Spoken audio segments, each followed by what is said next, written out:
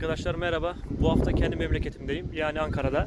Burada Ankara'nın Güdül ilçesindeki Çayı Vadisi'nde bulunan İnönü Mağaraları'na geldik. Bu mağaralar özellikle Hristiyanlığın ilk yayıldığı zamanlar Romalılardan kaçan Hristiyanların sığınağı olmuş. Ayrıca Hititler, Frikyalılar, Hristiyan topluluklar da aynı zamanda bu mağaraları kullanmış. Burada yaşamışlar. Şimdiden geçmiş bayramınızda mübarek olsun. Kısa bir vlog olacak. Dediğim gibi yani kendi memleketimden de bir yer size tanıtmak istedim. O yüzden izlerseniz, buraya gelirseniz, yolunuz düşerse kesinlikle uğrayın.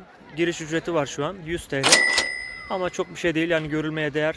Ayrıca burada dediğim gibi bir çay var. Gelip burada pikniğinizi de yapabilirsiniz, mangalınızı da yapabilirsiniz. Hani çoğu zaman izin veriyorlar. Bu da böyle ufak bir bilgi olsun. O zaman şimdi drone görüntülerine ve mağaranın içinden küçük kesitlere geçelim. Görüşmek üzere. Videoyu beğenip abone olmayı unutmayın.